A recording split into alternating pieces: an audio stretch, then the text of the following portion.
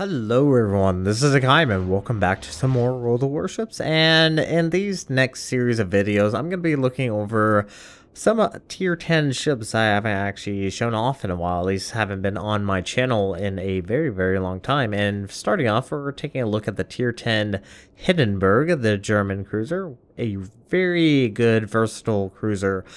We are playing War's Path. We have a Montana, Yamato, Missouri, North Carolina, Bismarck, Hindenburg, Rune, Donskoy, Edinburgh, Fletcher, and 2 kids. On the enemy team, there is a Montana, Yamato, Missouri, North Carolina, Des Moines, Rune, Magami, Chapayev, Kutuzov, Z46, and 2 Kageros. So, semi tier 10 game with a splattering of tier 9 and 8 within it. And obviously there are 2 kids, which are the recent premium USN destroyers, which apparently have really good AA. Now the Hindenburg, let's actually talk about the Hindenburg. The Hindenburg, once again, is a really good versatile cruiser. Now, I would probably connote the Hindenburg to a long-range Zhao. This really comes down to your playstyle, but the long-range Zhao, in quotations, Hindenburg works very well with her AP. Her AP goes straight to target, does very high damage. The only downside obviously is the AP doesn't have that good penetration value that the Des Moines does experience. So unless it's a completely flat target, your AP is going to bounce. Now granted, the HE was recently buffed, and I mean recently, more like in the past 6 months, which I'm not a big fan of, but I really had to say the AP can do devastating amount of damage, and these guns reload very quickly. 8.8 seconds. The range is very decent, 17.8. So you do have quite a few benefits to the ship. Obviously you have Hydro, you have your plane, and the detection on the Hindenburg is mediocre as far as some of the other tier 10 cruisers are concerned.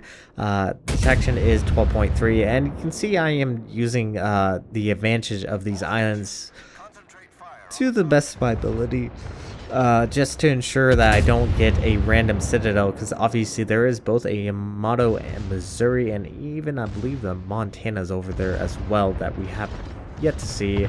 And look at that penetration with no damage value, which is unfortunate. Now, island camping like I am currently is semi-difficult. You can see at certain ranges the gun arcs just don't allow for the shells to traverse over the island, so you do have to be extremely careful. The guns are nothing like the Des Moines, where you can actually shoot over the island with relative ease, so you do have to be kind of aware of where you're going to be. Now, as you can see, the enemy team is pushing quite heavily towards A. We have captured A and B, and our team, for whatever reason, is pushing quite heavily C. Now, normally this would probably end disaster, but obviously I have realized the major issue that's going to be occurring, and I'm going to take really big steps in the other direction. And I'm actually kind of grateful I did not get spotted there, which is definitely very nice. We have just lost one of our kids. Kind of weird to say, but we have unfortunately lost one of our destroyers, so the enemy team is in a slight advantage at the moment. Missouri, well, keep an eye on this Missouri. I don't know why he stayed alive as long as he did, but for whatever reason he did, which is highly unfortunate. Now, AP against a broadside battleship is very devastating with the Hindenburg. The guns reload so quickly that you can, even in one side, as you saw there, we just did around 4.4k damage. Very easily could even get up to around 10k depending on how good RNG loves you. So really beneficial to shoot broadside targets with AP, and I'm going to be using AP for the majority of this battle. Very rarely will I be switching over. Obviously, if a battleship is showing you your bow of its ship, your AP is going to be essentially useless. And of course, look at that. As soon as the rune hits us with HE, he causes a fire. But I'm going to let this burn. They did actually buff the fire on the better yet, they nerfed the fire on cruisers to where it doesn't take that long for fires to actually get knocked out. It only takes about 30 seconds compared to a full minute like it used to be. So I'm actually just gonna let this move. There's actually no real reason to knock out that fire when in fact we could preserve it just in case we get double fires. So definitely a more beneficial way to essentially save yourself if you need to.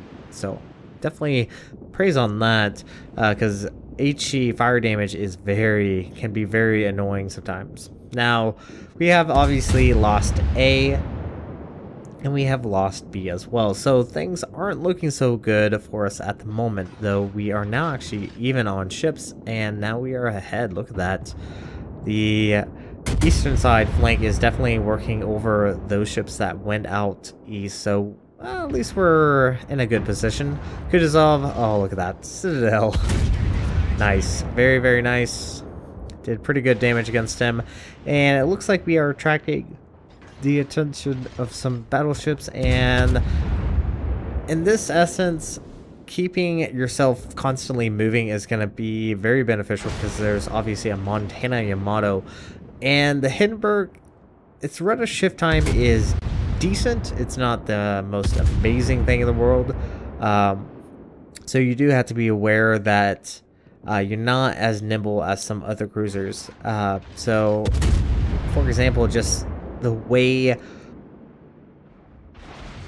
keeping myself from sailing in a straight line is gonna try to at least help me stay alive as long as possible. The Rune is in a bad position, gets completely annihilated by the Montana. Now I did use HE on the enemy Missouri because he is actually still alive. He was actually able to heal, and this poor Montana is going to take a face full of torpedoes, but I think he is going to survive the damage that he received from the torpedoes. Alright, so things are looking good. At the moment, we are definitely racking up some fire damage on that Missouri. That Missouri is still alive. Oh, he definitely does need to die. Now, the only downside of having the reload upgrade on the Hindenburg is the fact that you don't have the greatest amount of range as possible. Now, if I did have the increased range, I would probably be able to hit this Missouri, but unfortunately, I am actually going to have to turn back in, and I think it's a good time to push because the majority of our other fleet is now starting to push into B, and we should be able to begin pushing towards A. Now, that was fortunately, those torpedoes went off, but I think we would have been fine all the same. Now, got a salvo off on the Missouri. I think the kid is the only one spotting him. And, oh, looky there, we got a fire. Well, fortunately for us, the enemy Tier 10 battleships aren't heavily pushing in. They're really trying to allow their long range to ensure their survival. But honestly, they definitely need to play here soon, because if they don't push right now, they're going to get overrun by our ships that are now starting to reinforce the B cap. So they definitely need to get that done as quickly as possible. Now, obviously, I have constantly been kiting, keeping my distance. I'm obviously pissing off this Missouri. Salvo off, look at that, 6K right there. He is still alive. This Missouri needs to go down one way or another. And any moment now, there we go. Got our first kill of the game, and I love how the blown up ships, the ships that are destroyed and sinking, or suddenly appear and are easily spotted, which is kind of weird. I guess you could technically argue saying that it caused an explosion that was viewable at this range, but yeah. Anyways, Des Moines has started to push in, ran himself aground against the enemy Missouri's corpse, and hopefully can take out this Des Moines. The Des Moines is an extremely squishy ship. Very, very squishy. Definitely with that much broadside. Ah, there we go. Got a Citadel. Oh, he's almost dead. Almost dead. Can we finish off this Des Moines? Looks like he is a little annoyed at us, but hey, there we go. We got the kill on the Des Moines and took only a few penetration values there. All right, now here is a fantastic position to be in. Bro, we both have a broadside Yamato and Montana. Montana is also a little bit further back. I'm trying to keep myself separated from both battleships as much as possible. Obviously, the Yamato is currently focused on the ships in front of him, but just look at the damage we can rack up. And once again, these shells reload very, very quickly, and they do a very, very substantial amount of damage against the broadside target. Fortunately, I'm just having currently bad luck at this distance, but here is a very prime target, a Montana this close. Watch how quickly this damage racks up. First salvo, alright, not the greatest in the world, but right now you can really start racking up this damage, and this Montana is going to run himself aground, so not bad. Now right here I probably should have just charged in and try to get more damage, because at the moment the game is almost over and I want to rack up some more damage, because we're sitting at about 129,026 points of damage. Not the highest obviously, but overall not a bad game. Can we help finish off this Montana before the game ends? He's currently burning, and any moment now. There we go. Look at that. Confederate did around 6k damage, and a Fletcher comes in to take the kill, and that is probably going to be the end of the battle. Not bad. Not a bad game. Alright, everyone. Welcome back to the port. And the Hindenburg, well, me and the Hindenburg kind of have a bad relationship together. She's not bad. No. She is a really good tier 10 all versatile cruiser. Probably one of the better, as anyone that has played Clan Wars knows that she's actually very, very popular, and she is available for renting. So quick things I wanted to talk about. It's kind of the build I have. My captain is still being worked on, so he's not full 19-point captain. But as far as what upgrades I've gone for is the main armament modification. Obviously, this just increases decreases the likelihood of your guns being incapacitated, increasing the main health of them. Then obviously having aiming systems mod 1 is very, very nice. Keeps your shots very tight as much as possible. Now, originally at one point I did have gunfire control system mod 2. This increases the range by 16%, which is nice, but honestly I like having the increased reload rate on your guns. It just makes your shells come out that much quicker, and any broadside target is very vulnerable to your AP. You can deal a lot of damage, as you did see there, against quite a few of those battleships. This just allows you to do more and more damage whenever possible. Now here you can actually, as you can see, I've gone for Damcom mod 1, reduces the chance of fire and floods. But another beneficial thing you could go for, and this is completely optional, it really comes down to the fact that your hydro is very fantastic. Having the additional duration on the hydro just makes it very, very much more deadlier. The only thing is, unless you're actually in close quarters where your hydro is going to be very valuable to have, I really don't see the benefit of running the hydroacoustic search mod 1 all too often.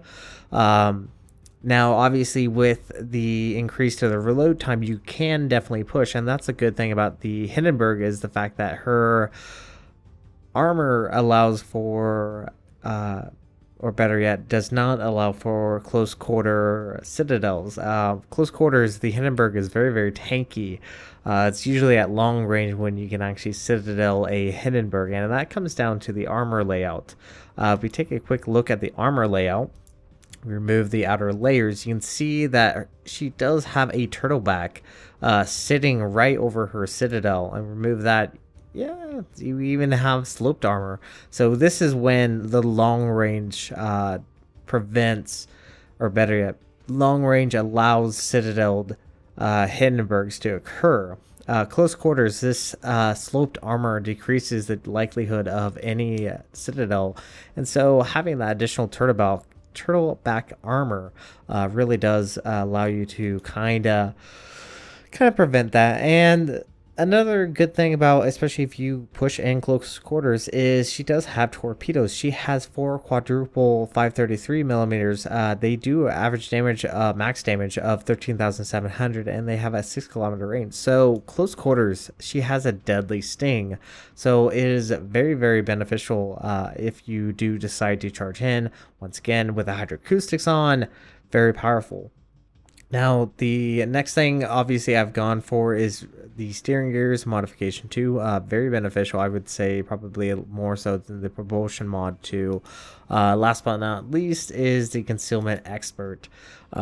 Usual build on my cruisers. Captain-wise, well, let's take a look at the captain. I have obviously gone for priority target. I really do enjoy the skill. I find it very, very handy to have. Then I have gone for adrenaline rush. I actually skipped out on the expert marksman. You can get it, but I went for some other skills that I would find more beneficial. Superintendent, demolition expert is very handy to have, is not a must, especially since they really buffed the HE.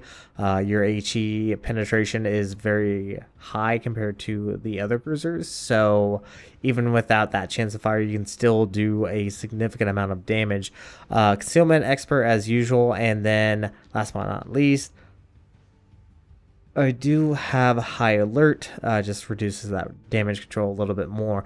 Once again, this captain's not fully spec'd up. I am currently working on getting him a little bit further along. So eventually I will have a full 19-point captain, but it is slow progress. Just really came down to the fact that before they redid the captain skill tree, getting to that last point was very, very difficult. And yeah, I did not put on a lot of camo or flags to boost my commander XP, as I have done with my newer cruisers that I do have.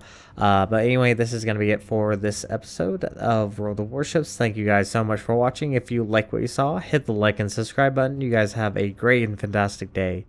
Zaijian.